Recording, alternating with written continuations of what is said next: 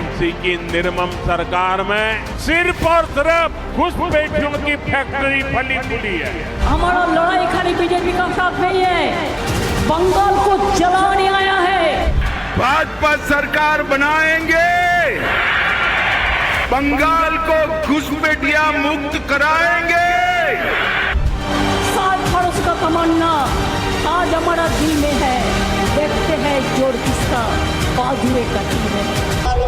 बंगला ही बंगाली ही बोली जाएगी, ये कठपुतलापन की संस्कृति यहाँ नहीं चलने दी जाएगी। रोशनी चाँद से होता है, सितारों से नहीं, मोहब्बत जोड़ा फूल से होता है और किसी से नहीं। बंगाल का ये चुनाव इस धरती की समृद्ध विरासत को बचाने के लिए SIR बदला নেবেন। SIR का विरोध बांग्लादेश में होना चाहिए, SIR का विरोध पश्चिम बंगाल में होना नहीं चाहिए। इस बार बंगाल में टीएमसी का जाना तय है। চ্যালেঞ্জ করে বলছি, বাংলা আবার তৃণমূল দখল করবে, জোড়া ফুল দখল করবে। अब की बार जो है ममता को जो है उसके कुशासन को, उसके अन्याय को यहाँ बेटियां भी सेफ नहीं है। इस बार यहाँ भारतीय जनता पार्टी की सरकार।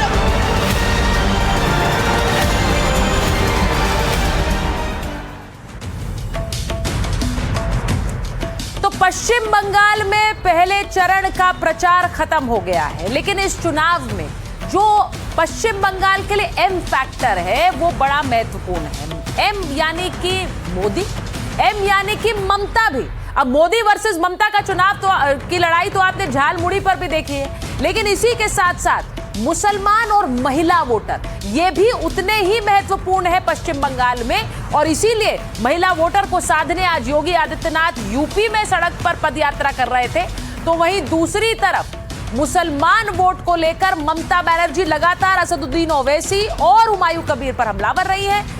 आप मोदी वर्सेस ममता की ये लड़ाई आखिरी चरण तक यानी कि दूसरे चरण तक देखेंगे और इनमें से जो जनता के बीच हिट होगा, जिसका एम फैक्टर हिट होगा, वही चुनाव जीतेगा। अब मैं आपको बताती हूं कि इस लड़ाई को, जीत को आगे बढ़ाने के लिए आज अमित शाह भी बंगाल में थे और ये तस्वीर उनकी रैली से आई जहां वो गोरखा टोपी पहने हुए नजर आए। अब गृह मंत्री लगातार पश्चिम बंगाल में रैलियां कर रहे हैं, वहां से संदेश दे रहे हैं। ये तस्वीरें उनकी देखिए। बंगाल में अमित शाह ने भी रैली की है और उस रैली में उन्होंने जो बात कही वो बहुत महत्व रखती है। क्या एक अलग गोरखा लैंड बनाने का संदेश गृह मंत्री अमित शाह ने आज बंगाल से दिया है, गोरखा टोपी पहनकर दिया है। यह सबसे बड़ी बात है, क्योंकि गोरखा टोपी पहनकर अलग गोरखा लैंड का संदेश दिया। क्या, मैं आपको उनकी महत्वपूर्ण बातें बता देती हूं। उन्होंने कहा क्या है। उन्होंने कहा कि बीजेपी सत्ता में आई तो घुसपैठियों को बाहर करेंगे, ये वो अपनी अक्सर रैलियों में कहते भी आए हैं। ममता के गुंडों को 4 मई के बाद उल्टा लटकाकर सीधा कर देंगे, ये गृह मंत्री ने कहा। ममता को युवाओं की चिंता नहीं है, वो भतीजे को बिठाना चाहती है। इसी के साथ उन्होंने कहा बीजेपी बड़े भाई की तरह गोरखाओं के साथ खड़ी रहेगी। बहादुर समुदाय का राजनीतिक फायदों के लिए इस्तेमाल किया गया है, ये वो सीधे सीधे गोरखा जो समुदाय है उसको संबोधित कर रहे थे। और क्या उन्होंने इशारों में एक अलग गोरखा लैंड बनाने की बात कह दी है, इस पर चर्चाएं हो रही, क्योंकि उन्होंने कहा कांग्रेस, लेफ्ट फ्रंट और अब टीएमसी सबने गोरखाओं का भरोसा तोड़ा है।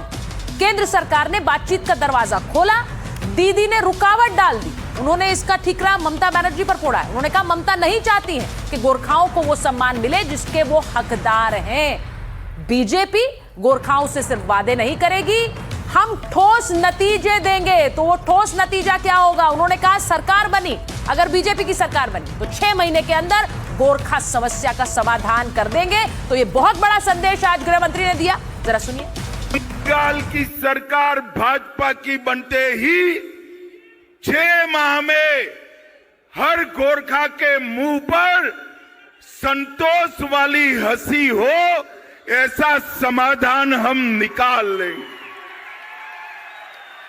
कांग्रेस, टीएमसी, ये सब ने दार्जिलिंग के साथ भी अन्याय किया है और मेरे देशभक्त गोरखा भाइयों के साथ भी अन्याय किया है। मैं 9 साल से यहां आता हूं। मैं आज आपको वादा कर कर जाता हूं, कमल फूल की सरकार बनते ही 6 माह के अंदर 10 को जूनी 10 को पुरानी गोरखा समस्या का गोरखाओं के हिसाब से समाधान कर कर जाएंगे। तो ये तस्वीर आपने बंगाल की देखी और बंगाल को संदेश योगी आदित्यनाथ यूपी से दे रहे थे। वो आरक्षण की बात कर रहे थे और उनके सामने अखिलेश यादव फ्रीबीज की बात कर रहे थे, यानी मुफ्त की बात कर रहे थे। दोनों ने ही आज अपने अपने दांव चले। सड़क पर उतरे सीएम योगी, महिलाओं के आरक्षण की बात की। वो तस्वीर आपको मैंने शुरुआत में दिखाई।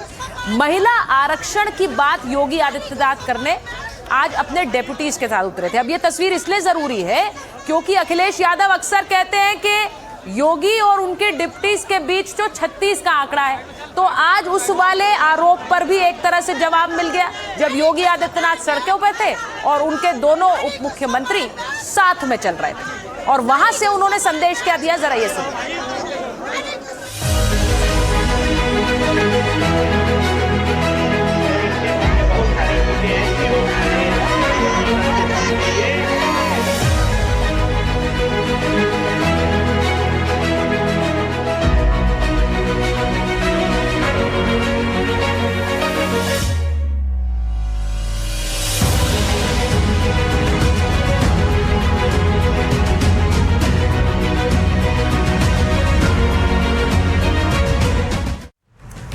ये तस्वीरें योगी आदित्यनाथ की आई जहां उन्होंने कहा कि जो विपक्ष है वो महिला विरोधी है और इसीलिए योगी आदित्यनाथ ने सीधे सीधे न सिर्फ ममता बनर्जी जो बंगाल में चुनाव लड़ रही, बल्कि अखिलेश यादव जो 27 में यूपी का चुनाव लड़ेंगे, दोनों पर ही हमला किया।